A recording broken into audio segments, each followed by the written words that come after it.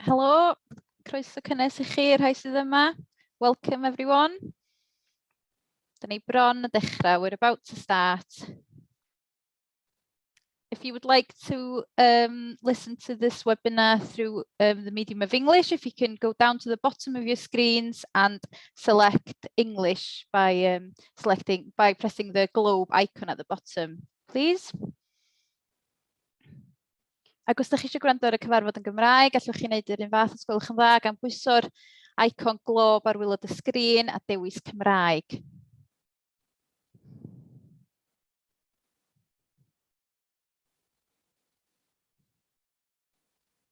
A fel oedd rhai yna chi wedi clywed, mae'n siŵr, mi at dibenion cofnodi a i ddarlledu ar y we, mi fydd y webinar yma'n cael ei recordio ac fe fydd cynnwys y sgwrs, sef y chat, a'r cwestiynau yn cael eu cadw.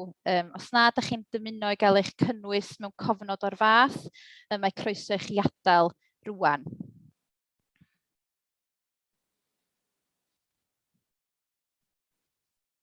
Diolch yn fawr, dwi'n meddwl, nawn ni ddechrau wan, mae dwtch wedi 6 dydy. Catrin Glyn dwi, a fi ydi swyddog partneriaeth Yr Wyddfa, a croeso cynnes iawn i chi i'r diweddariad yma sydd yn dilyn ymgynghoriad cychwynnol ar strategaeth, parcio, thrafnidiaeth, ardalodd Yr Wyddfa ac Ogwen, a ddigwyddodd nôl y mis Mawrth y llynedd. Mi fydd yna sesiwn holi ag ateb ar y diwedd, felly ga i ofyn i chi sgwennu'ch cwestiynau os gwelwch yn dda yn y blwch Q&A, nid yn y chat. Mae'r amser yn eitha prin, felly os na gawn ni amser i ateb ar lafar, mi fyddwn ni yn ymateb yn llawn dros e-bost. Felly mae'r bocs Q&A yn cadw eich cyfeiriad e-bost hefyd, fel bod ni'n gwybod i bwy i ymateb yn ôl iddyn nhw lle. Dydy'r chat ddim yn gwneud hynny, felly cofiwch roed o yn yr bocs Q&A os gwelwch yn dda. Mae yna ddipyn o amser di mynd heibio ers mis Mawrth, ydyn ni'n awyddus iawn i'ch diweddaru chi o beth sydd wedi mynd ymlaen, lle dros y misoedd dwytha. Mae hwn yn waith ar y cyd, felly mi fyddwch chi'n clywed cyflwyniadau gan nifer y sefydliadau yn ystod y sesiwn yma, ond dwi jyst yn mynd i roed y cyd-destun yn gryno iawn i chi gyntaf.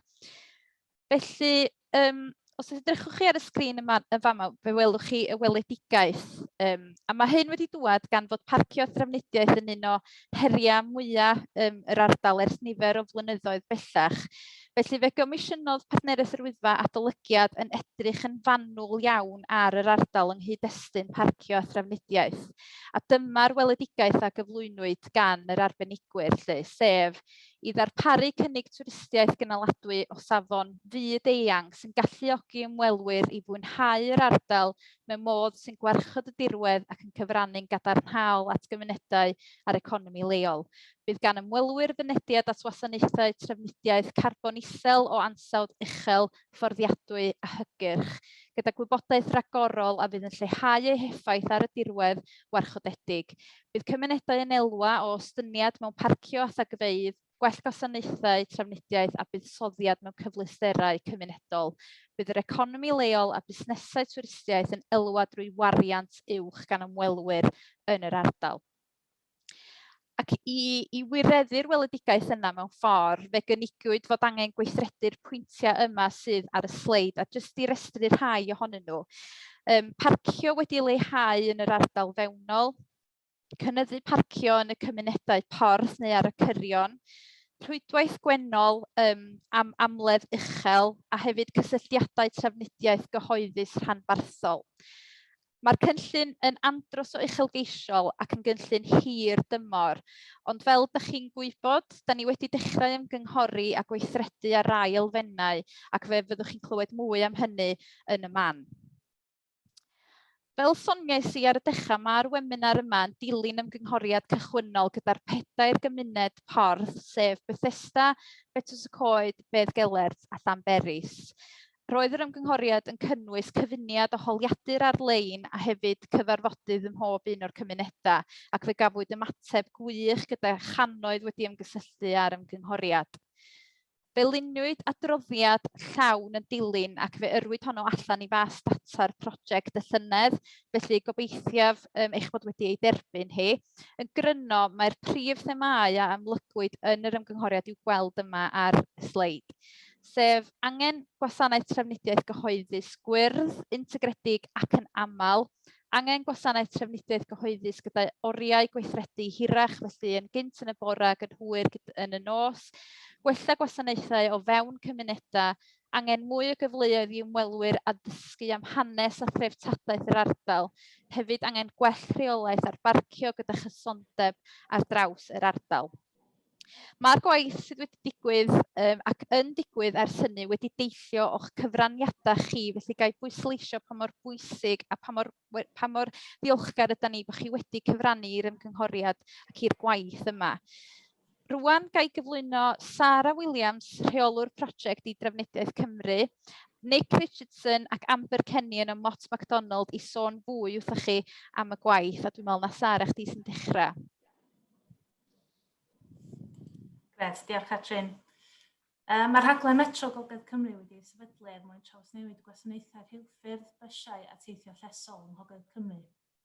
Fel y gwelwch ar y sleid yma, y nod yw ei gwneud hi'n haws ac yn gyflymach i deithio ar draws Gogledd Cymru ac adeiladu cysylltiadau gwell gyda Gogledd Orllewin Lloegr.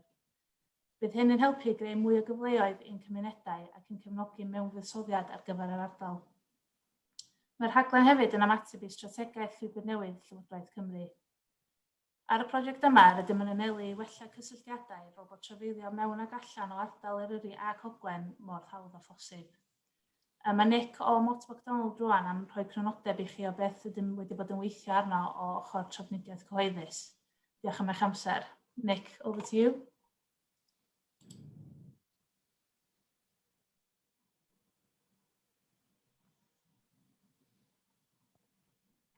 I'm not sure if you're speaking, Nick, and if you're on mute, but we can't hear you at the moment. There we are. Is that better? Yes, perfect.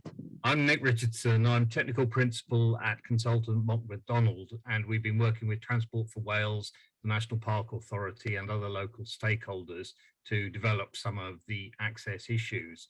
And that's very much building on the strategy developed by the original report from Martin Hickett Associates.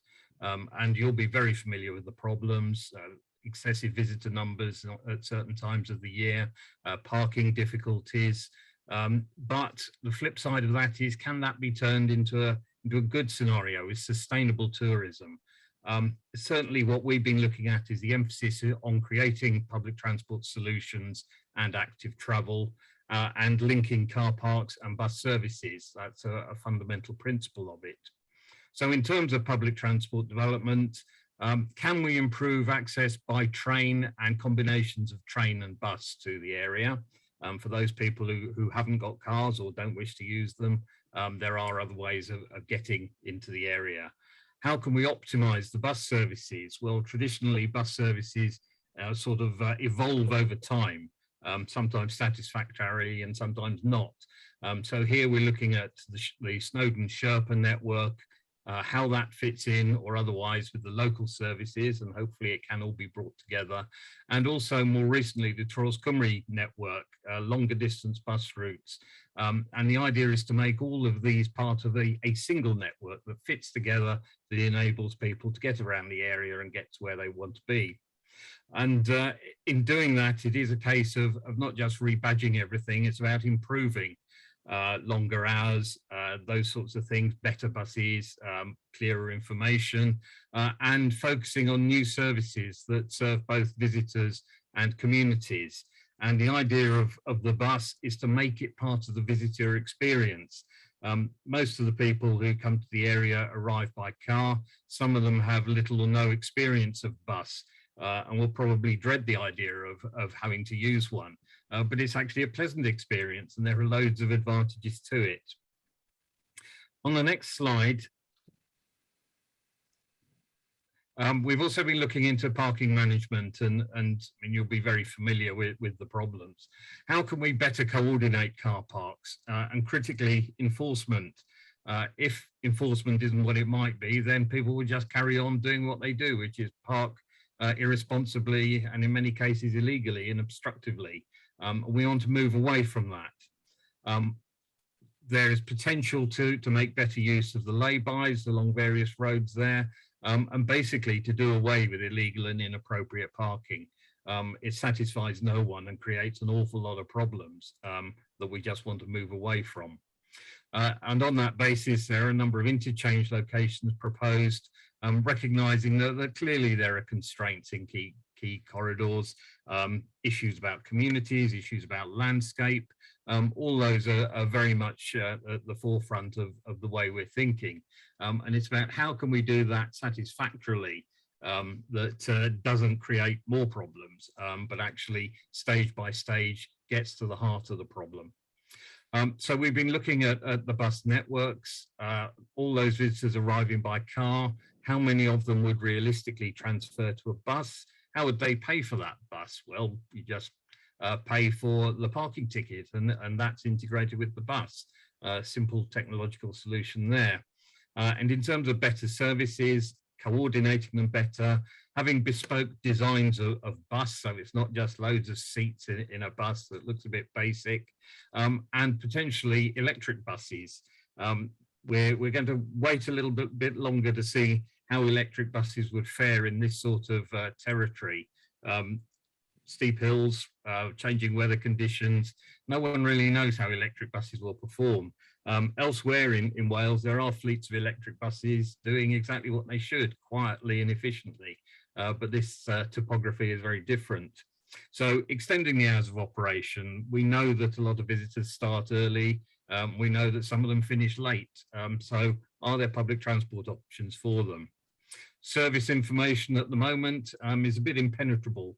If you're not used to bus timetables, actually finding them doesn't help you a lot because it doesn't tell you what you need to know. So can we get that information across in a lot simpler way and via various media? And the principle of on-demand services, there may be opportunities there in the longer term as well. And for those of you who aren't familiar with the flexi concept, basically there's a sort of floating bus. It might have part fixed routes, but it certainly has some bits of the route that aren't. And the principle is that you dial it up on your mobile app, and it puts together all the demands and makes a route out of it. And that way it's more efficient rather than having buses just driving around anyway.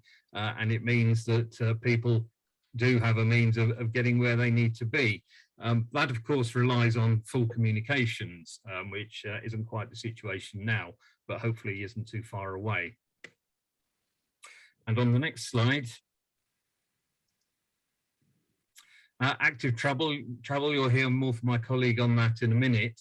But if you go on a bus, you don't have to get back to where you started, because you can go for a walk, you can do whatever you like. And if you tie that in with bus times, you can have a good day out. You don't have to go back to where you've parked the car. And active travel and buses can go together. Not just for walkers, but one of the things we're thinking about, for example, is can you get a couple of bikes on the bus, so that you don't have to cycle all the way to the area to start your excursion. Might be able to take your bus on the bike. So we're trying to be innovative. We're trying to respond to what people need. And sustainable transport, it does take a while to get there, but that's what we're working towards. Sustainable tourism, reducing traffic, which clearly benefits everyone, improving the visitor experience, so reducing the frustrations of where do you park and what happens if you can't, and all those things that go with too many cars, the visual intrusion, the noise and so on. But particularly supporting local economies, because we can take people on the bus network to where they want to be, and they can contribute to the local economy in the way they do at the moment, and potentially more. So we're looking at interchange opportunities, and we're looking forward to changes this year in the Sherpa network. It is very much an incremental step forward. It's not a big bang approach because that's not possible. Public transport is a big and complicated thing, so we're starting bit by bit with the vision in mind. If we turn now to active travel, my colleague Amber Kenyon will tell you a bit more about that. Amber. Hi everyone, thanks Nick. My name is Amber Kenyon and I'm a senior transport planner also at Mont MacDonald. And for the last year, we have been working with Transport for Wales, Snowdonia National Park Authority and Conwy and Gwynedd councils with the intention of identifying potential improvements that could be made to the walking and cycling routes in the Yr Wyddfa and Ogwen part of the Snowdonia National Park. So what have we been doing?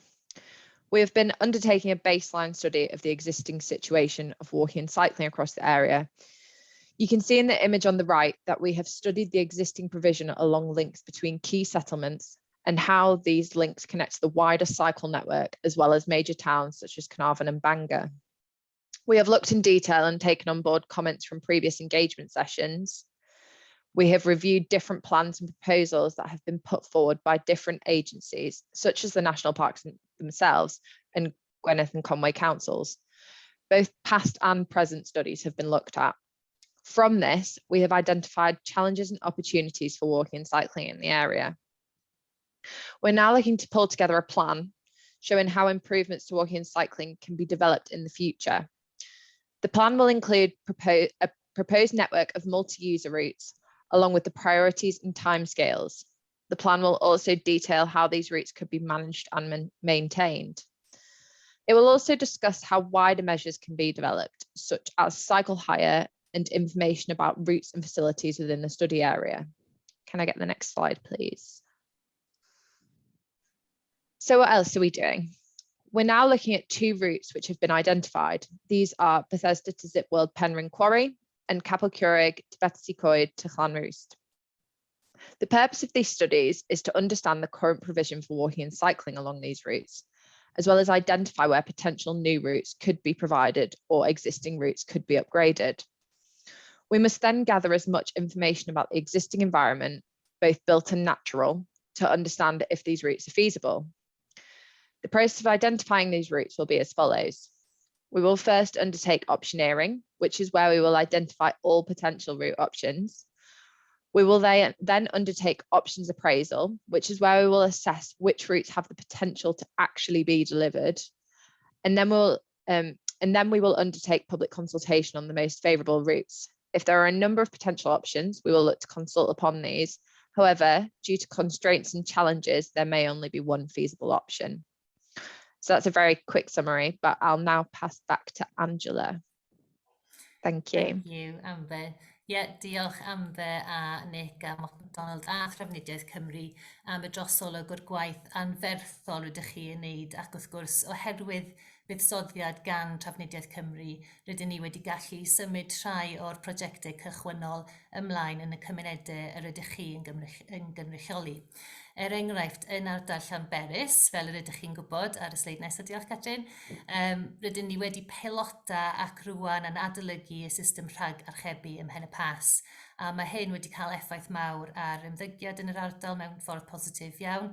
Mae lawer mwy o bobl wedi defnyddio meysydd parcio yn Nantperis a Llanberis, a lawer mwy wedi defnyddio Yr Wyddfa yn ôl ystadegau cwmni bws, 30,000 fwy o ddefnyddwyr y llynedd na gynt. Dyn ni wrth gwrs wedi adolygu'r system rhag archebu ar gyfer y tymor sydd i ddod gan ystyried adborth gan pobl lleol. Ac wrth gwrs ar hynny, dyn ni yn gweithio yn agos iawn hefo Cyngor Gwynedd a Chonwy ac rwan efo Trafnidiaeth Cymru i drio gwella rhwydwaith fel glwswch chi gan Nick yn gynharach. Ac fel y llynedd, dyn ni yn gobeithio cynnig bysys llawer fwy amlach o Nantperis a Llanberis i hybu i bobl defnyddio ffordd fwy gynaladwy o deithio o gwmpas yr ardal. Ac yn pwysig yn parhau nid i weld yr olygfeydd peryglus iawn ar y pas fel welson ni cyn i'r system rhag archebu cael ei roi yn ei le. Ac yn cyffredinol i bob un ardal, fel ydych chi'n gweld ar y sleid yma ac ar y sleid nesaf yn Beth Galet, mae'r cwmni o enw Smart Parking wedi cael ei apwyntio i sefydlu synhwyryddion neu sensors ar y ddaear ym mhob un o'n meysydd parcio ni yn yr ardal. Mae'r sensors yma yn mynd i ddarparu gwybodaeth byw ar gyfer y niferoedd sydd yn y meysydd parcio, sydd am ddangos ar ap ac ar wefan ni y parc. Ond yn y tymor canolog neu hir tymor, dyn ni yn gobeithio gael arwyddion fyw o gwmpas yr ardal i ddangos yn digidol capacity o'r meysydd parcio. Mae hyn am helpu bawb cael fwy o data cadarn ac am hybu bobl wneud penderfyniadau fwy smart yn lle jyst gyrru o gwmpas yr ardal yn chwilio am rwle i barcio. Dyn ni hefyd wedi wneud astudiaethau technoldeb yn ardal Beddgelert sydd wedi dangos bod yn heriol iawn sefydlu lefydd newydd i barcio le mae rhai wedi awgrymu yn barod oherwydd wrth gwrs mae yna floodplain enfawr yn yr ardal yna. So oherwydd hynny dyn ni wedi ffocysu ar beth dyn ni'n gallu wneud yn y tymor byr i drio lleihau pwysau yn yr ardal, yn enwedig ar y ffordd tuag at Gwynant, ac eto mae Trafnidiaeth Cymru yn cefnogi ni ar partneriaid arall yn yr ardal yna, sef yr Ymddiriedolaeth Genedlaethol, Cyfoeth Naturiol Cymru a Chyngor Gwynedd i sgwpio waith ar y leibais sydd yna yn barod a trio wella y wasanaethau bys yn yr ardal. Ac rwan am Bethesda, ar y sleid nesaf, dyn ni yn rhannu wybodaeth ymysg yr holl partneriaid yn yr ardal ac yn anelu i dod fyny efo strategaeth sydd yn gyson ar draws yr ardal. Fel ydych chi'n gwybod, dwi'n siŵr mae'r partneriaeth Ogwen yn arloesol yn yr ardal hwnnw ac dyn ni gyd yn gweithio hefo nhw i gefnogi eu gynlluniau gynaladwy a chyffroes ar gyfer Bethesda a'r ardal i gyd efo'r bwriad o cynnig gwasanaeth well i bobl sy'n gyrru'r trwy'r dyffryn i ymweld â'r parc. Dyn ni gobeithio dal nhw ar y ffordd i fewn efo cynnig o le i barcio a thrafnidiaeth cyhoeddus ar gael tuag at Nanffrancon. Ac hefyd mae'r Trunk Roads Agency yn gobeithio ac yn am wneud gwelliannau yn enwedig o gwmpas diogelwch ar y cilfannau yn yr ardal yna ar y foment. Yn union yr un beth ar y sleid nesaf, Better Coed, lle fydd y sensors yn ei le yn y maes parcio ni, welliannau ar gyfer y rhwydwaith bysys yn yr ardal, a mae yna lloches bws newydd yn ei le efo wybodaeth fyw ynddo fo, ac wrth gwrs dyn ni dal yn weithio rhyngthyn ni gyd i drio lleihau y tagfeydd yn y pentre. Fydd Haf Jones o Cyngor Gwynedd yn ddeud fwy am hyn yn y man, ond un prosiect arall rydyn ni yn gweithio ar efo arloesi Gwynedd-ledig ac MSPAC sydd ar sleid olaf fi, ydy y ffordd dyn ni'n mynd i cyfathrebu pob dim efo bawb sydd yn weld ac yn symud o gwmpas yr ardal. So mae hyn eto'n rhywbeth arloesol, fel ydych chi'n gwybod, dwi'n siŵr mae MSPAC yn enwog am wneud pethau arloesol. So, dyn ni yn gweithio hefo nhw ar y foment i deall pa fath o systemau a data sydd angen i gasglu i wneud rhywbeth fel hyn. Mae o'n rhywbeth hollol newydd, mae wedi cael ei sefydlu ar real-time data a sut allwn ni datblygu rhywbeth lawer fwy cynhwysfawr a sydd am roi bydd i cwmnïau, busnesau a sefydliadau lleol. Dyn ni'n gobeithio peilota rhywbeth ar hyn dros y misoedd nesaf. Felly, fel dwi wedi deud a cyfeirio at mewn sawl le, mae'r prosiectau yma dim ond yn digwydd gyda chydweithrediad efo'r cynghorau lleol a'r holl waith maen nhw yn wneud yn yr ardal. Felly, na i drosglwyddo rwan i Haf Jones uwch swyddog datblygu ac ymgysylltu a chymunedau o Cyngor Conwy i ddeud mwy am hyn. Diolch, Angela. Flexi, Dyffryn Conwy, gwasanaeth, mae'n gwasanaethu ers mis Tachwedd 2020. Gwasanaeth ar alw, galluogi bobl i deithio pryd maent yn dymuno ac angen drwy archebu o flaen llaw. Mae o wedi cael ei ariannu ar y cyd hefo Trafnidiaeth Cymru a mae o'n cymeryd lle 6 gwasanaeth bws oedd ychydig iawn o ddefnydd o bosib am bod nhw ddim yn mynd ar yr amseroedd iawn ac i ble oedd pobl yn dymuno. Mae drwy beidio cael bysiau mawr yn rhedeg yn wag ar hyd lle, wrth gwrs mae'n llenhau'n yn hôl troed carbon ni, achos mae Flexi 3 bws sydd gennym ni o 16 o seddi yn nhw. yn trafeilio o gwmpas yr ardal dim ond pan mae rhywun yn gofyn neu yn archebu lle. Na yn y sleid nesaf, mae'n dangos yr ardal mae yn gwasanaethu sydd yn amlwg yn Conwy-wledig, ac mae beth da ni wedi weld yn cynyddu'n arw ers pan da ni'n neud hwn ydy bobl sydd yn defnyddio y gwasanaeth flexi i fynd a dod o'i gwaith. Wel, mae wedi galluogi lot o bobl o ochr Cerrig-y-Drudion, y Llangernyw i gysylltu allan Rwst a Petws y Coed. Da ni'n gweld cynnydd sylweddol. Sgwn ni y sleid nesa, dwi'n meddwl, please. Sgynna i'n lle mae'r map? Da ni wedi sgipio un y fanna, dwed? Neu da ni wedi... Hwna, dyna ni. Mae Flexi, wrth gwrs, yn bwydo fewn i'r hwb, be da ni'n galw'n hwb, yn Betws y Coed, sydd drwy hynny yn bwydo mewn i'r rhwydwaith i bobl felly trafeilio ymhellach drwy gysylltu fo'r bws, y tren, y siarpa, Yr Wyddfa, yr gwasanaethau traws Cymru, i Llandudno, Blaen y Ffestiniog, Bangor a Corwen, ac y tren wrth gwrs.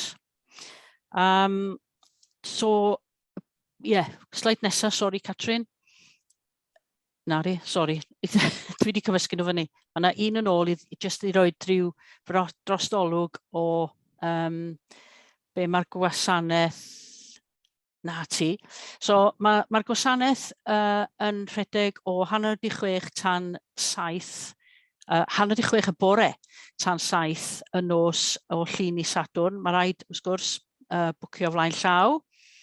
Ac pan ydych chi'n bwcio hynna drwy ffôn neu ar yr app, ydych chi hefyd yn cael atgoffa bod eisiau chi bwcio i fynd adre. Os ydych chi eisiau, byddwch chi gymryd ganiataol. Mae'n gweithio hefyd neges destun os ydych chi wedi bwcio drwy'r app. Ydych chi'n cael neges destun yn cadarnhau, yn deitha chi bod eich taith chi, beth ydych taith chi. Pryd mae'r bws yn dŵad, mae 10 munud i ffwr, wedyn mae'n deitha chi bod y bws yn aros amdano chi yn yr arosfan. Ac yr un peth pan ydych chi'n dod yn ôl. Cos teithio i oedolion ydy o bint i fyny at 2 pint ydy'r uchafswm. Plant yn trafeilio am 100 ceiniog ac uchafswm o 1.50. Mae deilwyr pas bws Cymru yn gallu trafeilio'n rhad ag am ddim arno, ac da ni hefyd yn cymeryd My Travel Pass i bobl sydd o dan 21. Be da ni'n mynd i wneud rwan yn yr wythnosau nesaf yma, da ni'n gweithio ar farchnata priodol i geisio perswadio ymwelwyr i ddefnyddio Flexi i gyrraedd Betws y Coed i gysylltu fo cludiant mwyn cael trafeilio ymhellach. Da ni'n gwybod mae yna ardal eang o glampio, campio, bythynod, hynna ddarpar ac yn y blaen. Mae Flexi yn trafeilio rownd yr ardal yna i gyd. So fellwch chi archebu i ddalo yna os oes loches bws o fewn 400 metr, neu mae o wasanaeth o ddrws i ddrws bron iawn. Felly, da ni am drio perswadio ymwelwyr i adael y car lle maen nhw'n aros a cymeryd Flexi i ymuno a chludiant i drafeilio ymhellach yn Betws y Coed. So dyna fo'n eitha cryno. Ydy'n prosiect arall sydd gennym ni yn Betws y Coed. Ydy trefi smart, os ti'n gallu symud i hwnna. Catrin, please. Diolch. Dyma ni, prosiect trefi smart Betws y Coed wedi ariannu drwy arian o Ewrop, gweithio hefo Conwy Cynhaliol. Mae hwn yn brosiect ar y cyd efo grŵp twristiaeth Betws y Coed, y Cyngor Cymuned, mae'r parc cenedlaethol hefyd yn rhan o'r grŵp fydd yn rheoli hwn wrth fynd ymlaen. Slide nesaf, please. So, be ydy Tre Smart? Wel, Mesurydd Cyfri Ymwelwyr, drwy gysylltiad Wi-Fi am ddim yn canol trefydd sydd yn cyfri ffonau symudol. A wedyn drwy unwaith mae o'n gwybod bod yna ffôn symudol, mae'n gallu dilyn pobl o gwmpas, pentre Betws y Coed yn yr ystyr yma, siopwyr, feicwyr, cerddwyr, beth bynnag. Slide nesaf, please. Mae gen i ofn bod rhain yn bach yn blurry, ond dyma'r math o ddata da ni'n gallu gasglu ar y funud. Fel o'n i fan hyn, Betws y Coed i hwn yn yr mis dwytha o 15 o Ionawr i dydd Llun diwetha. Da ni'n gallu gweld o hwn age demographics, bobl sydd oedd yn Betws y Coed yn yr mis yna. A da ni'n gweld mae bobl rhwng oed 35 a 44 oedd yr oedran fwyaf oedd yn Betws. Nesa, please. A wedyn, da ni'n gweld o hwn, mae rhwng 2 y gloch yn pnawn a 5 y gloch mae'r niferoedd mwyaf yn y pentre. Da ni'n gweld hefyd, chi'n gweld gynnar yn y bore o 7 tan 10, mae'n eitha distaw ar un beth rhwng 10 ac 11 y nos. A'r nesa, please. A dyma ni batrwm dros mis Awst a mis Medi sydd yn dangos dyddiau pwyntiau ucha lle mae y visitor count, da ni'n galw fo. Ac reit yn y canol fanna, da ni'n gweld yr eich cafbwynt ydy gwyl y banc mis Awst. Nesa, please. So pam da ni eisiau cyfri hyn? A mae hyn, rhaid ni gofio, yn ddata o ar y funud o dim ond un Wi-Fi access point.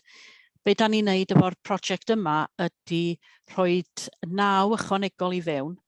Mae'r un access point sydd gennym ni ar y funud, fesurydd ar cae llan, ar y toiledau yn cae llan, felly dim ond beth sydd jyst yn y dalgylch yna da ni'n cyfri a sydd wedi adlewyrchu yn yr data dwi'n newydd ddangos i chi. Hefo 9 pwynt access ychwanegol, mi fyddwn ni'n gallu cyfri pobl o Pont y Pair reit lawr at rock bottom yn y gwaelod. So i be, a be da ni'n mynd i wneud efo'r data yma? Wel, da ni eisiau cipio cymaint o ddata phosib ar batrymau pobl tra yn y pentre. Baint amser mewn y treulio yna. Da ni hefyd yn gallu mesur ydyn nhw wedi bod yna o blaen. Pwyntiau megis Pont y Pair, lle da ni'n gwybod lle be da ni'n galw'n pressure points. Gan bod bobl yn aros yna, lot o bobl yn aros yna'n eitha hir. Da ni'n gwybod dyddiau yma bod tystiolaeth yn hanfodol pan da ni'n ceisio am gyllid i wneud gwelliannau, ac mi fydd hwn yn galluogi ni i wneud hyn i gael y tystiolaeth. Da ni yn amlwg yn mynd i fod rhannu'r data hefo partneriaid i'w ddefnyddio ar diben cynllunio dylunio enghraifft busnesau, fel yr i adlewyrchu yn yr sleid na oedd yn dangos i chi bod hi'n distaw yn y bore, tan 10, fel bod siopau busnesau yn gallu gweld, wel, falle bod hi'n gwerthu ni agor am 9, so ni'n agor am 10, ond os oes mwy o bobl o gwmpas rhwng 5 a 6, wel, nawn ni agor un bach yn hwyrach yn y fi nos, ac agor yn hwyrach yn bore. Mae hynny wrth gwrs yn helpu hefyd hefo uchafu niferoedd o staff sydd angen ar amseroedd prysura. Mae hefyd yn gweithio, os oes siop wag, ac o busnes yn dangos diddordeb mewn dod yno, wel, mae'r ffigurau yma ar gael i ddangos nifer y merwyr sy'n dŵad, amseroedd ac pob math o bethau. Mae hefyd, wrth gwrs, mae'n mynd i fod o gymorth i ni i gyd sydd yn gwasanaethu yn betws i deilwra gwasanaeth yn y pentre yn fwy effeithiol. Enghraifft, oeddwn ni'n gwybod pryd mae'r pwysau ar barcio, gwagio biniau sbwriel ac agor teleadeg yn y blaen. Ac mi'n credu, dyna fi, ia, Catrin? Diolch yn fawr, ydy hi yr un nesa? Ie. Diolch Diolch yn fawr. Diolch yn fawr i chi. Rwan mae gennym ni Rowland Evans, pennaeth cynorthwyol economi a chymuned. Ia, Cyngor Gwynedd. Croeso, Rowland. O'r Catrin, noswaith dda i bawb.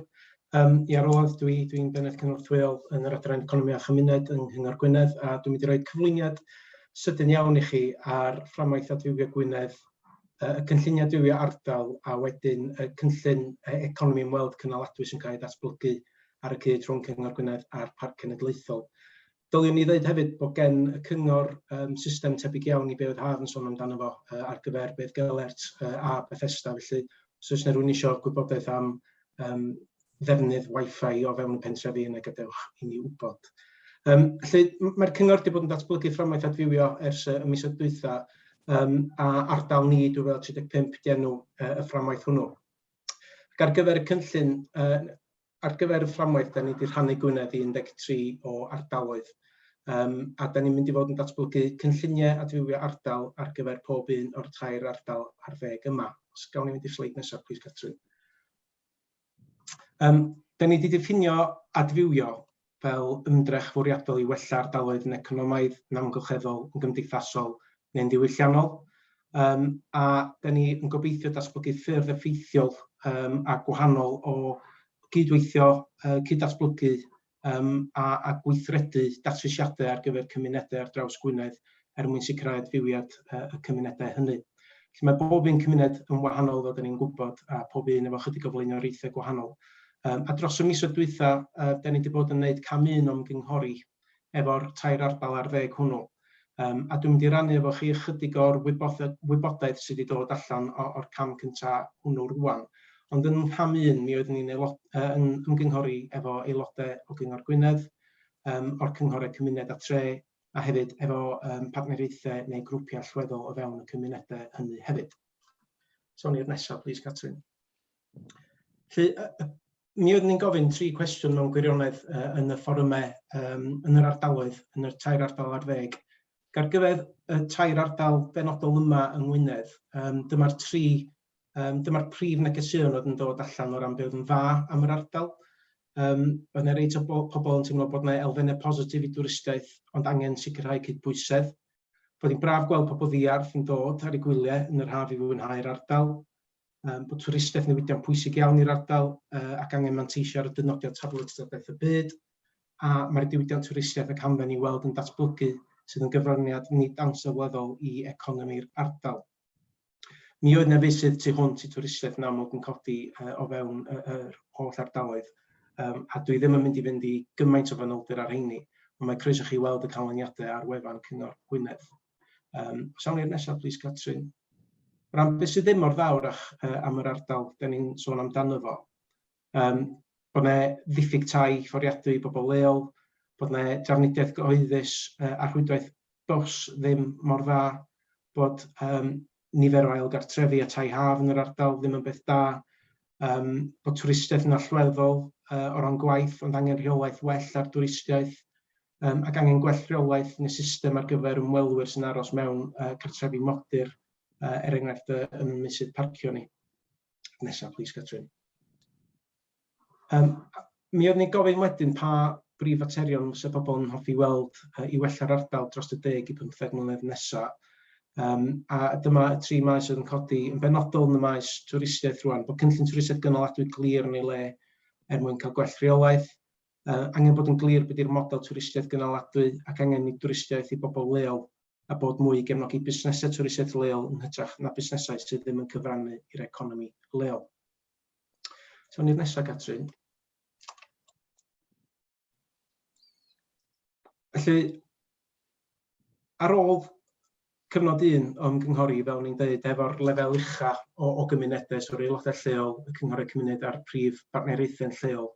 Da ni wedi bod yn dadansoddi y wybodaeth hynny ac yn dod i fyny efo crynodeb o'r prif ganlyniadau a materion A mae 13 adroddiad ardal wedi cael ei datblygu rwan i fwydo nôl i'r ardaloedd hynny be oedd y materion cychwynnol oedd yn codi. A mae yna hefyd wrth gwrs rhestr o sefydliadau a grwpiau da ni wedi ymgysylltu arnyn nhw wedi cael eu sefydlu. Nesaf, please, Catrin. O ran cyfnod 2 rwan, y datblygiad cynlluniau ardal, da ni'n mynd i fod yn mynd ati i datblygu'r cynlluniau ardal ar lefel leol. Ac ar gyfer wneud hynny, da ni'n mynd i fod yn gwneud gwaith ymgysylltu llawer iawn mwy trylwyr a manwl efo gymaint o bobl a da ni'n medru cyrraedd. Ar gyfer gwneud hynny, da ni wedi datblygu platfform digidol sydd wedi fod yn mynd yn fyw wythnos yma. Mi fydd yna ddulliau papur hefyd ar gael i bobl sydd ddim efo mynediad at gyfrifiadur. A be fydd ni'n gwneud yn gwaith yma ydy darparu manylion am y gwaith sydd wedi gwneud yng nghyfnod 1. So, mapio'r ardal, datganiadau sydd wedi cael datblygu ar gyfer bob ardal sy'n adnabod y prif ddata ac ymchwil sy'n ar gael. A wedyn fyddwn ni'n crynhoi beth yw'r prif negeseuon sy'n dod o'r gwaith ymgynghori. A wedyn fyddwn ni yn mynd ati i ddefnyddio'r platfform digidol mae i gael barn pobl. Ydy beth sydd wedi cael ei ddweud yn gywir, os yna rhywbeth wedi cael ei fethu allan, ac o hynny wedyn fyddwn ni'n mynd ati i ddatblygu neu cyd-datblygu cynlluniau adfywio ardal. Sawn ni nesaf, please, Catrin. Yn ran o'r fframwaith adfywio, mae cynllun economi ymweld cynaladwy Gwynedd ac Eryri 2035 yn cael ei ddatblygu hefyd. A mae o'n ran bwysig o'r cynllun adfywio. Sawn ni'r nesaf. Fel da ni'n gweld o'r cyflwyniadau blaenorol, mae yna impetus neu angen ar hyn o bryd i ni fod yn ymateb i'r ymwelwyr sy'n dod i'r ardal ac yn gwneud yn siŵr bod yn cymunedau ni yn cael y bydd mwyaf o'r ymwelwyr sy'n dod yma, a mae yna nifer o gynlluniau wedi cael ei datblygu ar hyn o bryd ac adolygiadau sydd yn profi'r angen i ni fod yn datblygu cynllun twristiaeth cynaladwy rwan. Mae yna arfer da allan yn rhyngwladol hefyd, a mae yna gyfleon, dwi'n meddwl, i ni gydweithio llawer agosach efo partneriaid ac yn benodol rhwng y cyngor a Pharc Cenedlaethol Eryri. Ar gyfer wneud hynny, da ni wedi arwyddo memorandwm o ddealltwriaeth rhwng y cyngor a'r Parc Cenedlaethol i ddatblygu cynllun economi ymweld cynaladwy ac i gydweithio i wireddu hwnnw yn y dyfodol. Nesaf, please, Catrin. Felly dyma'r weledigaeth sgennyn ni ar y cyd rhwng y cyngor a'r parc, sef bod ni eisiau gweld economi ymweld bydd a lles pobl, amgylchedd, iaith a diwylliant Gwynedd ac Eryri. Ac o dan hynny, mae gen ni 3 piler neu egwyddor sydd wedi cael eu cytuno ar hyn o bryd. A mae hyn yn adlewyrchu beth i blaenoriaethau neu diffiniad sefydliad twristiaeth y byd o twristiaeth cynaladwy. Y cyntaf sgen ni ydy dathlu, parchu a gwarchod ein cymunedau iaith, diwylliant a threftadaeth. Yr ail egwyddor ydy cynnal a pharchu'n amgylchedd. A'r trydydd ydy sicrhau bod cymunedau Gwynedd ac Eryri yn cael mwy o fantais nag anfantais o ymwelwyr. Nesaf, please. A mae'r sleid yma yn just dangos yn dras be ydy model y weledigaeth ar y top a'r 3 pilar i gynnal y weledigaeth yna. Felly lles pobl, amgylchedd, iaith a diwylliant Gwynedd ac Eryri. Rhaid pobl Gwynedd ac Eryri reit yn y canol i'r dyfodol. Nesaf, please. Da ni wedi cynnal nifer o sesiynau ymgynghori a dwi'n ymwybodol bod amser yn carlamu ymlaen, ond mae yna sesiynau ymgynghori wedi bod efo aelodau y sector a chymunedau, a dyma rei o'r heriau'r cyfleon sydd wedi codi hyd yma bod yna gyfle i reoli ymwelwyr yn hytrach na marchnata'r ardal i ddenu mwy o bobl yma, bod yna sialens i gydlynu partneriaid, mae yna gyfle i ymestyn y tymor, mae yna gyfle a heriau o ran newid polisïau cynllunio a sicrhau bod yna gartrefi i bobl leol, a mae yna her hefyd o ran gormodedd mewn rhai ardaloedd. Nesaf, please, Catrin. Da ni hefyd wedi gofyn y farn am y math o bolisïau neu gweithgareddau dylai bod ni'n blaenoriaethu'r dyfodol. A mae hyn yn adborth sydd dod o'r sesiynau, bod ni angen edrych ar godi treth ar ymwelwyr i'r ardal, posibylrwydd o effeithio rhai cymunedau hefo atyniadau sylweddol, fel bod yna fwy o berchnogaeth o'r atyniadau yna a'r ymwelwyr sy'n dod yna ar lefel leol. Yr elfen o hybu defnydd iaith, diwylliant a hanes yr ardal ar safle strategaeth y byd yn enghraifft o hynny. Bod ni angen datblygu cynllun reolaeth cyrchfan a partneriaeth go iawn i weithredu hwnnw. a bod ni angen edrych ar yr elfen o reoli cartrefi modur a polisiau i sicrhau trafnidiaeth gynaladwy. Nesaf, please, Catrin. Y camau nesaf mewn gwirionedd ydy bod ni'n mynd ati i ddatblygu'r cynllun strategol ar hyn o bryd ac yn gobeithio cael cymeradwyo hwnnw yn y misoedd nesaf. Mi fyddwn ni'n edrych ar gytuno ar fesuryddion newydd. Mesuryddion ni ar gyfer y maes twristiaeth yn draddodiadol wedi bod yn edrych ar ddata economaidd, gwariant ymwelydd, nifer ymwelwyr, ac wrach ddim yn rhoi digon ystyriaeth i effaith yr ymwelwyr hynny ar ymgylchedd yn cymunedau ni, yn iaith ni. A da ni'n mynd i fod yn datblygu mesuryddion newydd rwan ar gyfer ymateb i hynny. Ac yn mynd ati i gytuno ar gynllun gweithredu twristiaeth cynaladwy. Mae'n debyg yn fuan yn yr Hydref. Nesaf, please, Catrin. So, dyma beth da ni eisiau gyflawni, bod ni'n ymateb ar y cyd i gael bydd gorau'n cymunedau, busnesau a rhinweddau arbennig yn y dyfodol. Bod ni'n edrych ar ffordd newydd o fesur twristiaeth yn y dyfodol a'i effaith o. Bod ni'n medru dylanwadu ar bolisiau, boed o yng Nghyngor Gwynedd yn y Parc Cenedlaethol neu'n genedlaethol hefyd. Bod ni'n gweithio'n strategol a bod ni'n sicrhau dyfodol cytbwys a chynaladwy trwy gydweithio. Nesaf, please, Catrin. Ac yn sydyn iawn, dyma y math o bethau da ni yn gweithredu ar nhw rwan yn barod ar gyfer 2022. Da ni'n gweithredu gwaith ymchwil sydd wedi cael ei wneud ar ddatblygu safleoedd neu safleoedd ar gyfer cartrefi modur yng Ngwynedd. Mae 6 pilot yn mynd i fod yn cael ei datblygu dros y flwyddyn yma. Da ni'n mynd i fod yn cyflogi staff tymhoro fel cyngor ynghynt ar gyfer y tymor ymwelwyr ac i wneud yn siŵr bod ni'n medru ymdopi efo'r pobl sy'n dod. Mae newelliannau ar y gweith i Barc Padarn ac Ardal y Glyn. A da ni hefyd yn cydweithio'n agos iawn efo'r parc fel sydd wedi cael ei ddeud ar yr elfen mewn reolaeth ac gyrfodaeth parcio a hybu teithio cynaladwy. Da ni hefyd wedi blaenoriaethu fel cyngor yr angen i gael trefi taclus a pentrefi taclus a mae'n dîm neu sgwadiau yn y broses o gael sefydlu rwan i wneud yn siŵr bod yn pentrefi a'n trefi ni'n daclus i'r dyfodol. Mae'n groma bethau bychain hefyd i cael sefydlu gan Croeso Cymru a mi fyddwn ni'n cyflwyno cais i hwnnw neu ceisiadau i hwnnw i ymateb i'r materion sydd wedi codi ac yn cydweithio yn barhaol efo'r parc i gael negeseuon ymweld cyfrifol allan.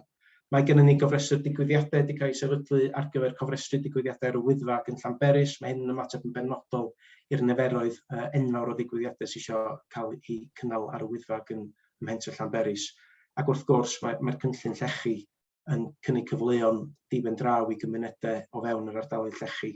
A da ni'n cydweithio efo nifer o grwpiau ar hyn o bryd a hefyd yn datblygu prosiect dehongli ar gyfer dehongli pa mor bwysig ydy'n treftadaeth llechi ni. A mi na i stopio fan'na, Catrin. Diolch. Diolch, Rowland. Rwan mae Helen Pai, pennaeth ymgysylltu'r parc yn mynd i roi chydig o eiriau hefyd. Diolch, Catrin. Fel i chi'n falch o bod, dwi'n mynd i clymu fyny pethau mewn eiliad bach, a wedyn nawn ni symud ymlaen i Q&A. Wedi i rei yna chi sydd heb gael cinio eto, dwi'n siŵr fod chi'n starfio. Ond jyst bach o bwyntiau gyntaf ar be da ni'n bwriadu wneud o ran cyfathrebu hefo ymwelwyr dros y tymor yma ac yn yr hir dymor. Felly, o ran tymor yma, mae gennym ni gwefan newydd, parc yn cael ei lawnsio yn mis Mawrth. Ac fel oedd yn cael ei sôn am y gynharach, mi fydd yr pethau fel yr data o'r cyfrwyr newydd yn gallu bwydo fewn i'r gwefan o ran data. Da ni hefyd yn rhoi lot mwy o ffocws ar tudalennau a gwybodaeth i bobl, fel fod nhw'n gallu gael y gwybodaeth ynglyn â parcio trafnidiaeth yn hawdd. Mi nathon ni osod tudalen newydd ar yn gwefan i blwyddyn dwytha ar yr hen gwefan, yr gwefan sydd gennym ni ar hyn o bryd, yn targedu'r fath yna o wybodaeth, ac mi oedd o'r tudalen mwyaf poblogaidd ar gwefan y parc efo 150,000 o hits dros y tymor. Pa mae'r gwybodaeth yna, mae o'n cael ei ddefnyddio, mae pobl yn chwilio am y gwybodaeth. Mae'n diddorol hefyd, da ni wrthi hefyd yn gweithio ar ymgyrch ar gyfer ymwelwyr, ar y cyd hefo'r 2 barc arall yn Cymru. Ac mae hwn i gyd ynglyn â trio annog ymddygiad positif a newid ymddygiad yn yr ymwelwyr. Yn wedig, dros y 2 flynedd dwytha, da ni wedi gweld dipyn o heriau. Ac fod yr issues yn dod o'r lleiafrif mewn ffordd, maen nhw'n pethau da ni'n trio taclo. Da ni wedi bod yn gwneud gwaith ymchwil hefo YouGov dros y Gaea. Yn rili diddorol cael y gwybodaeth yna. Be da ni wedi bod yn edrych ar ydy yr demographics pobl sydd yn ymweld â cefn gwlad a be ydy'r tebygolrwydd. Unwaith maen nhw'n gwybod be ydy rheolau cefn gwlad, y tebygolrwydd fod nhw'n mynd i ddilyn y rheolau yna. Ac mae o'n kind of picture rate mixed. Mae yna yn amlwg dipyn o diffyg dealltwriaeth, yn wedig mewn kind of llefydd fel rheola o gwmpas campio gwyllt, ac yn wedig o ran rheola yn ymwneud â kind of mynediad i tir a dŵr a ballu. So mae gennym ni kind of bach o sort of mynydd i ddringo yn yr ystyr yna. Ond ar yr ochr positif, o ran yr elfen parcio, mae pobl isio wneud y peth iawn, ac be da ni wedi gweld, ddim just trwy'r gwaith ymchwil, ond o'r kind of gwaith on the ground hefyd, ydy mae rhaid gael kind of sawl elfen mewn lle i sicrhau fod pobl yn gallu wneud y peth iawn pan maen nhw isio wneud y peth iawn. Felly, mae rhaid gael y ddarpariaeth yna ar gael i bobl. Mae rhaid hefyd gael yr elfen gorfodaeth i sicrhau, a rheoliadau i sicrhau fod pobl ddim yn kind of parcio ar ymyl y lôn neu bynnag, a fod ni'n anfon nhw i lle da ni isio anfon nhw o ran meysydd parcio a trafnidiaeth. Ac be da ni hefyd yn gwybod ydy, ar hwn di'r challenge i ni mewn ardaloedd sydd yn brysur, ydy mae pobl yn ymddwyn yn wahanol pan maen nhw mewn torfeydd. Felly unwaith mae un person yn gwneud rhywbeth, mae pawb arall yn dilyn. So felly mae dipyn o'r gwaith yma ynglyn â kind of tynhau fyny, ddim just ar y cyfathrebu, ond y ffordd da ni'n rheoli pethau ar lawr gwlad. So, nod yr ymgyrch fyddwn ni'n cydweithio hefo'r ddau parc arall ar, fel nes i sôn, ydy i kind of trio addasu ar ymddygiad pobl, a mi fydd yn gwneud push anferthol i cael gwybodaeth allan i bobl ynglyn â beth sydd ar gael o ran darpariaeth parcio a trafnidiaeth. Mae o'n bach o challenge ar hyn o bryd. Mae Angela wedi bod arwain ar arolwg ymwelwyr dros yr ha a Gaea dwytha. 96% o bobl yn cyrraedd y parc yn eu ceir neu mewn rhyw fath o wodur arall. Ac unwaith maen nhw'n cyrraedd, mae 89% yn trafeilio gwmpas mewn moduron. So mae o'n challenge, ond dwi'n gwybod fod yr kind of egni yna i gallu kind of newid pethau. Felly mi fydd dipyn o wybodaeth yn dod allan y fuan, da ni'n gweithio ar y cyd efo partneriaid i gael yr holl gwybodaeth yna allan i ymwelwyr, ac yn enwedig be fyddwn ni'n wneud ydy targedu ardaloedd lle da ni'n gwybod mae ymwelwyr yn dod o, da ni'n gwybod fod lot yn ymwelwyr ni yn dod o llefydd fel Manceinion, Lerpwl, Birmingham, Llundain, ac mae cyfryngau cymdeithasol yn galluogi ni i targedu'r gwybodaeth yn benodol at yr ardaloedd a'r demographics da ni eisiau targedu. So mae'n gyd yn reit glyfar. Mae yna lot mwy o waith i wneud yn yr hir dymor. Unwaith mae'r holl gwaith kind of paratoi o ran y darpariaeth mewn lle, mae'n wneud yn siŵr fod yr ymwelwyr yn gallu dod o hyd i'r gwybodaeth yna'n hawdd, yn holl bwysig, felly fydd hwnna'n rhywbeth da ni'n gweithio ar dros y flwyddyn neu ddau ddod. Sleid ola, please, Catrin. So dwi'n meddwl mae'r syniad o datrys y problemau parcio a trafnidiaeth yn yr ardal yn kind of cychwyn allan yn swnio'n syml, ond fel da chi wedi clywed heno, mae yna gymaint o waith yn mynd ymlaen a gymaint o ddata ac ymchwil sydd angen digwydd mwyn sicrhau fod hyn yn gweithio'n iawn. Be sydd yn amlwg i fi ac be dwi'n gobeithio wneith roed yr hyder i chi i fod yna gymaint o egni ac angerdd yn yr holl pobl sydd yn gweithio ar kind of cyflawni yn mission ni i sicrhau fod Eryri a'r ardal ehangach yn arwain ar trafnidiaeth cynaladwy. Mae'r egni yna, ac does ddim byd fel hyn yn mynd ymlaen un lle arall yn y Deyrnas Unedig. Ac mae rhaid i fi ddiolch i Angela, i Catrin, i tîm Trafnidiaeth Cymru ac i swyddogion Conwy a Gwynedd am yr holl waith ac amser ac oriau maen nhw'n rhoi i fewn i wneud i hwn ddigwydd. Mae pawb yn tynnu at ei gilydd. Mae lot o waith i ddal i ddod, Ac be da ni'n trio wneud, achos da ni'n gwybod fod o'n frustrating i bobl fod kind of strategaeth mawr yn cymryd gymaint o amser i ddatblygu. Felly kind of ar hyn o bryd, fel da chi'n gweld, yn kind of be da ni'n trio wneud ydy datrys rei o'r kind of quick wins yn y byr dymor tra da ni dal yn gweithio ar y strategaeth hir dymor. Felly gobeithio bod hwnna yn help ac yn kind of wneud gwahaniaeth. A mae hefyd yn galluogi ni treialu pethau. So be da ni wedi gweld ydy fod just trio, fel yn yr esiampl pen y pas, weithiau yn werth wneud jyst i gweld beth sy'n dod allan o hwnna, achos newch chi byth kind of yn union gwybod sut mae pobl yn mynd i ymateb i system newydd. So mae hwnna'n holl bwysig hefyd o ran y ffordd da ni'n mynd ati i ddatrys problemau. Be da ni yn gwybod ydy, be da ni angen wneud ydy wneud o mor hawdd, mor convenient i bobl, a da ni'n gallu wneud y shift yna o'i ceir ag i ddefnyddio ffyrdd cynnaladwy o trafeilio i fewn i ag o gwmpas y parc cenedlaethol. Mae gennym ni her anferth ymlaen ni, ac os fedrwn ni fod ar flaen y gad o ran cyfrannu tuag at lleihau'r challenge a newid hinsawdd drwy annog pobl i symud o'i ceir. Mae hyd yn oed yn fwy heriol yn kind of ardal cefn gwlad o ran trio wneud y shift yna o ceir i rhywbeth arall. Ond dwi'n ffyddiog o ran y gwaith sy'n mynd ymlaen fydd hyn yn mynd i ddigwydd, a dwi'n meddwl fydd yr ardal yn arwain y ffordd. Dwi'n meddwl beth sydd yn mynd i helpu hefyd yn yr hir dymor ydy'r gwaith ehangach sydd yn mynd ymlaen. Mae'r datganiad wedi cael ei wneud gan Llywodraeth Cymru fod yr gwaith yn digwydd dros y flwyddyn nesaf ar arolwg Burns, trafnidiaeth.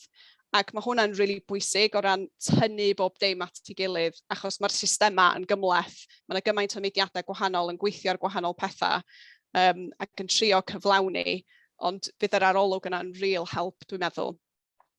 Felly, o ran y strategaeth ehangach, da ni'n mynd i fod yn gweithio yn agos iawn efo cynghora ar datblygu'r model twristiaeth cynnaladwy yma. A da ni mewn trafodaethau ar hyn o bryd o ran sut fedrwn ni ddatblygu'r strategaeth ehangach. Dyn ni'n parhau fod mewn cyswllt hefo'n cymunedau, so mae'n rili bwysig fod chi'n gallu cael mewnbwn i beth sydd yn mynd ymlaen wrth i pethau ddatblygu. A gobeithio fyddwn ni'n gallu diweddaru chi ymhellach ar sut mae pethau'n mynd wedi'r ha. Ac yn ôl i ti, Catrin. Diolch Helen. Diolch i Helen a diolch i pawb sydd wedi cyflwyno. Rwan, dwi'n ymddihero'n barod achos mae amser wedi mynd mor sydyn, ond mae gennym ni chydig amser ar gyfer sesiwn holi ag atab. Ond os na fydda ni'n medru ateb eich cwestiwn chi, fel o'n i'n deud ar y dechrau, mi fydda ni'n gallu ymateb yn llawn i chi dros e-bost, wedyn peidiwch â poeni am hynny, lle mi fydda ni bendant yn ymateb i chi. Wedyn, na i stopio rhannu'n sgrin rwan, a da ni wedi cael chydig o gwestiynau wedi dod i mewn hefyd ymlaen llaw, a na i jyst mynd at yr un cynta. Wel, wedi cael i ofyn gan ddau berson gwahanol i ddweud y gwir, ond yr un ydy'r cwestiwn yma. Mae'r cwestiwn yma wedi dod fyny heno hefyd. Angela, dwi'n meddwl, mae Ian Wyn ac Iwan Arfon Jones di holi ynglyn â trefniant fydd ar gael ar gyfer trigolion yn y cymunedau yma, os yw'r strategaeth yma wrth gwrs yn cael ei rhoi ar waith. A hefyd mae yna yr un math o gwestiwn ynglyn â sefydliadau ac yn y blaen i gael mynediad tuag at y mynyddoedd a'r llynnoedd arall yn yr ardal. Ie. Diolch Catrin, a nes i sylweddoli hefyd, nes i ddim actually gyflwyno fy hunan, so sori, os da chi ddim yn nabod pwy ydw i. Angela Jones a dwi'n rheolwr partneriaethau yn y Parc Cenedlaethol ac amlwg. Mwy na thebyg da chi di weld, dwi a Catrin yn siarad efo chi o flaen yn yr ymgynghoriad cychwynnol. Ac yn hynna, a fi wedi gweld yn yr Q&A box sawl un cwestiwn hefyd yn sôn bod ni hyn yma wedi ganolbwyntio ar ymwelwyr, ac yn union oherwydd mae'r strategaeth parcio thrafnidiaeth yn ffocysu ar fodel twristiaeth gynaladwy i rheoli y ffordd mae ymwelwyr yn dod i'r ardal yn well ac mewn ffordd fwy gynaladwy. ond ar sail beth sydd yn well i pawb sydd yn byw ac yn gweithio yma yn llawn amser. A wrth galon y strategaeth ydy i gweithio hefo chi trwy'r amser, pob un cymuned yn yr ardal, a dweud y gwir, dim jyst y cymuned nathon ni gyfeiru atyn nhw hyn yma, ond i wybod be yn union sydd yn well i chi a sut ydych chi isio weld y strategaeth yma yn ddatblygu. A wrth gwrs fyddwn ni byth yn gallu stopio mynediad i neb i parc genedlaethol, mae o'n agor i bawb, wrth gwrs does na ddim ffiniau neu gatiau neu ddim byd fel yna. Ac wrth gwrs, dyn ni eisiau gweithio hefo pob un cymdeithas lleol sydd wedi dod ato ni. Ni wedi siarad yn barod hefo'r cymdeithas pysgota yn Dyffryn Ogwen. Mae yna llwyth o grwpiau dringwyr hefyd wedi dod ato ni yn ofyn yr un fath o cwestiynau ynglyn â dod â equipment i fewn i'r ardal. Hyd yn oed pobl, a dwi'n gweld hyn yn codi eto yn y chat hyn yma, sydd yn dod â ceffylau i fewn i'r ardal. So fydd rhaid cael rhywbeth yn ei le ar gyfer pethau fel hyn, wrth gwrs yn y pen draw. Ac wrth i'r strategaeth datblygu, fyddwn ni'n dod nôl i chi yn pob un cymuned a weld beth sy'n well i chi a beth ydych chi isio weld. So gobeithio ydych chi ddim yn meddwl dyd ni'n rhedeg off efo rhyw strategaeth yma a ddim yn ofyn i chi sut mae o'n gael i ddatblygu fel oedd Nick yn deud yn y cychwyn. Mae'r welliannau yma yn ar y deg a dyn ni'n gobeithio cynnig rhwydwaith lot fwy gri, ond fel dyn ni'n sôn, yn y tymhorau brig i gychwyn, ond i wneud trafnidiaeth gynaladwy ar gyfer pobl sydd yn byw ac yn gweithio yma hefyd. Diolch. Diolch yn fawr iawn, Angela. Mae yna nifer o gwestiynau wedi dod i fewn, does. Mae yna gwestiwn gen John Harold yn sôn amdan question for Nick and Amber. Can you outline which stakeholders you've talked to directly and are there some you still need to reach? Dwi'n ymwybodol bod y gwaith teithio llesol wedi cymryd sylwadau gen y cyhoedd o'r ymgynghoriad cychwynnol ddigwyddodd ym mis Mawrth, mae'r gwaith i gyd wedi deillio mewn ffordd o'r sylwadau yna. And maybe Nick and Amber, do you want to elaborate on that question from John?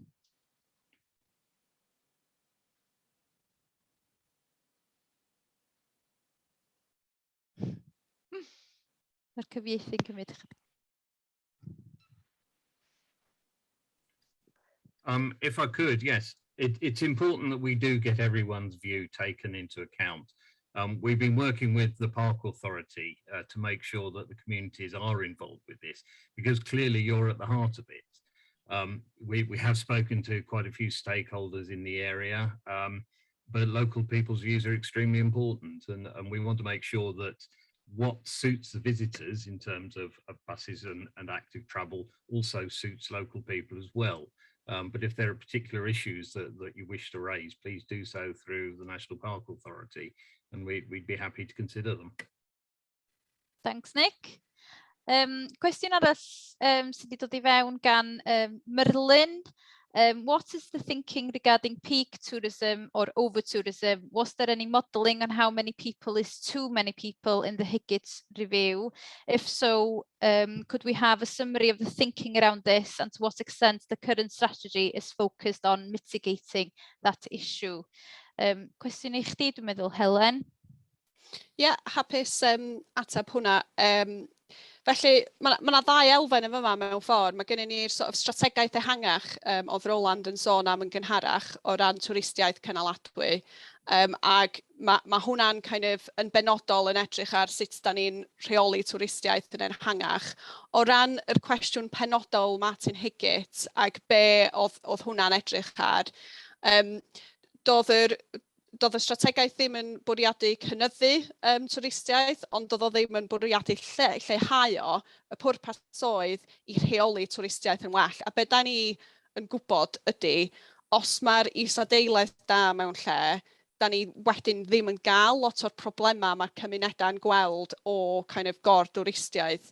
So, ac fel oedd Angela'n cyfeirio at yn gynharach, mae hwn yn parc cenedlaethol lle mae pobl yn byw ac yn gweithio.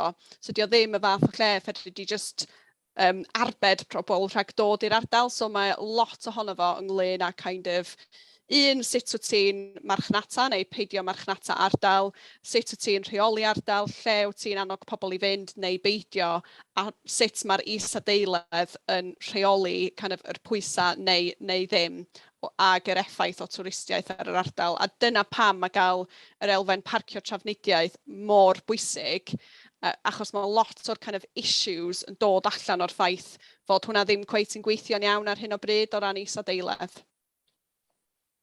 Diolch yn fawr iawn, Helen. Cwestiwn diddorol efo yma, cwestiwn da ond anodd i ateb dwi'n siŵr, ydy what is the implementation timeline and plan? Angela, ga i ddod i chdi i drio ateb hwnna? Thanks, Catrin. Wel, fel dyn ni wedi sôn wrthych chi o flaen, does gyda ni ddim masif pot o pres i roi pob dim yn ei le. Dyn ni yn gweithio yn agos hefo Llywodraeth Cymru trwy Drafnidiaeth Cymru, ac maen nhw wedi buddsoddi dipyn i fewn i'r prosiectau cychwynnol yma, a dyn ni yn ddiolchgar iawn iddyn nhw i gallu wneud y welliannau ydych chi wedi glywed amdan heno. I weld y strategaeth yn ei gyfanrwydd, pwy a oer, ond o'n i yn edrych at tua 5 neu 10 mlynedd i weld pob dim yn gweithio, os dyn ni'n cael y buddsoddiad mewn lle. Ond mae yna dipyn, dyn ni gyd yn cydweithio, dych chi wedi glywed gan ddau awdurdod lleol hefyd, dyn ni gyd yn anelu at yr un weledigaeth. Felly, dyna, sori, dwi ddim yn gallu ddeud yn penodol be sy'n mynd i digwydd â pryd, ond be dwi yn gallu ddeud ydy bod ni'n dod nôl i chi fel dyn ni'n gwneud heno i diweddaru chi ac i ddeud pob dim sydd wedi digwydd ers i ni siarad â chi tro diwetha. Diolch, Angela. Mae Howard Hughes wedi codi pryderon hefyd am effaith gor-dwristiaeth ar y Gymraeg fel iaith gymunedol yn yr Yrru, ac yn gofyn sut mae'r cyngor a'r parc yn ymdrin ar mater hwn, ac yn benodol, os yw'r awdurdod y parc a'r cyngor eu hunain wedi comisiynu ymchwil annibynnol i effeithiau twristiaeth. Ga i ddod at chdi gyntaf, Rowland, i ateb hwnna? Diolch ti, Catrin. Wel, yn amlwg mae yna dipyn o waith ymchwil wedi cael ei wneud gan pwyllgorau yn y Senedd Ewrop a yr ymchwil newydd Howard yn cyfeirio at fel yma trwy Brifysgol Aberystwyth. Da ni fel cyngor hyd yma ddim wedi gwneud ymchwil penodol yn edrych ar effaith twristiaeth ar iaith Gymraeg. Ond mi ydyn ni trwy ddatblygu'r cynllun economi ymweld cynaladwy yn bwriadu cael mesuryddion penodol mewn lle i fedru mesur effaith cadarnhaol a negyddol ar gymunedau, yr amgylchedd a'r iaith Gymraeg hefyd. Wedyn dyna'n bwriad ni trwy'r cynllun economi ymweld cynaladwy newydd fydd cael sail i fesur i'r dyfodol. Diolch. Rowland, ti isio ymelaethu neu adio wbeth at hwnna, Angela? Jyst yn union amlwg dyn ni'n gweithio'n agos iawn efo'r cyngor ar yr cynllun yna, fel oedd Rowland yn deud, ond hefyd dyna'r bwriad ydy y cynllun yma, strategaeth yma, ac hefyd wrth gwrs y cynllun ehangach efo Cyngor Gwynedd ydy i edrych ar ôl y rhinweddau arbennig yr ardal yma ac yn neud yn siŵr bod y bydd yn dod at y pobl lleol, pobl sydd yn byw ac yn gweithio yma llawn amser, ac amlwg mae bywiogrwydd y iaith Gymraeg yn rhinwedd bwysig iawn i ni, ac trwy roed yr is-adeiledd mewn lle a galluogi ni i cyfathrebu yr rhinweddau arbennig yn well hefyd. Dyn ni'n gobeithio cael effaith fwy gadarnhaol ar y iaith, wrth gwrs. Diolch, Angela. Cwestiwn i Nick fama, gyn Tim Jepson. Nick mentioned the need to progress the improvement of the Sherpa bus service in small steps. Does Nick have any ideas, plans for what the first improvement step should be? Well, it's a number of things. Bus services are more than buses, but that's always a good place to start. So we're hoping to improve the appearance of the buses. Certainly, you may well have seen around the area new bus stops appearing. The idea is in time, those will have real-time information. Some of them already have information screens. They're interactive, and you go along and prod it, and it gives you the bus timetable and things like that. So those are parts of the Better Bus program, certainly. For this summer, there will be more buses than previously. The idea is to build that up over time, a bit at a time. Actually, delivering improved bus services is a remarkably complicated thing. It seems simple on the outside, but it's actually very complicated on the inside. So it is very much a first step there.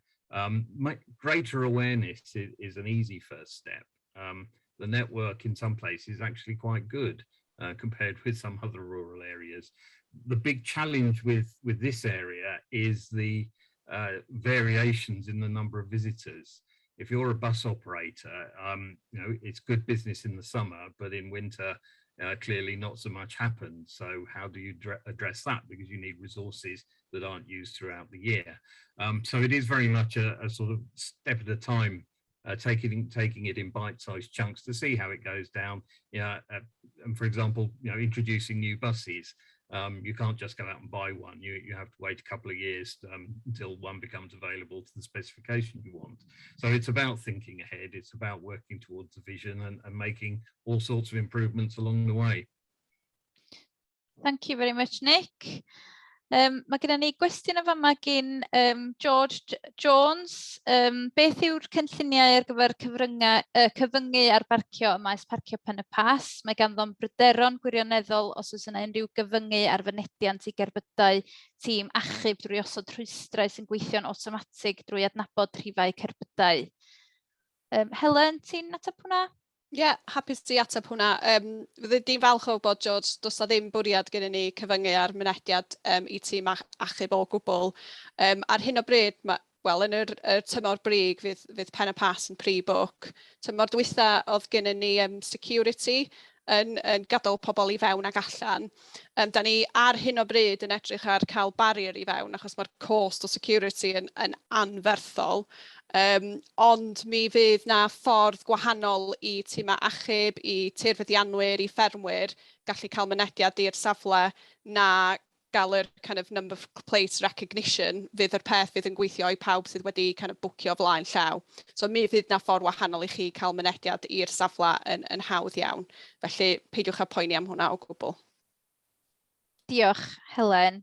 Cwestiwn arall sydd wedi dod i fewn ymlaen llaw gan Gareth Jones yn dweud, does the Snowdonia National Park consider the success of painting double yellow lines to prevent illegal parking has largely solved this particular matter at Ogwen and Pen y Pas? Angela, ti'n gallu ateb hwnna? Thank you, Catrin. Does na ddim llinellau double melyn yn Pen y Pas. A dim ond rhan o Ogwen sydd efo llinellau double melyn ar hyn o bryd hefyd. Felly, sy'n meddwl bod ni'n gallu mesu'r llwyddiant ar hwnna gwbl. So, le mae yna llinellau double melyn yn Ogwen, dwi'n gwybod mae hynna wedi gweithio o beth ni'n glywed gan staff ni a tîmau a partneriaethau yn yr ardal. Ond yn amlwg, dim ond rhan bach o'r ardal sydd efo nhw. So, yn anffodus, sy'n meddwl dwi'n gallu ddeud bod o wedi bod yn llwyddiannus neu beidio. Ond amlwg ar y pas, mae yna arwyddion newydd wedi mynd fyny i cryfhau y ffaith bod o'n clearway ac bod na towio mynd i fod mewn lle os na bobl yn parcio yna lle maen nhw ddim yn cael parcio. Gret, diolch yn fawr iawn, Angela. Yn anffodus, fydd rhaid i ni ddod â'r sesiwn i ben yn fanna. Da ni ryw 10 munud dros yr amser yn barod. Felly, ddwn ni ar sesiwn i ben. Gai ddiolch o galon i'r technegwyr a'r cyfieithydd ac i bawb sydd wedi cyflwyno ac i chi gyd am eich amser, a mi fyddan ni bendant, mae yna lwyth o gwestiynau wedi dod i fewn, mi fyddan ni'n ateb pob un yn ôl i chi dros e-bost. Noswaith dda i chi gyd, a diolch yn fawr iawn i chi am eich amser chi hyn yma.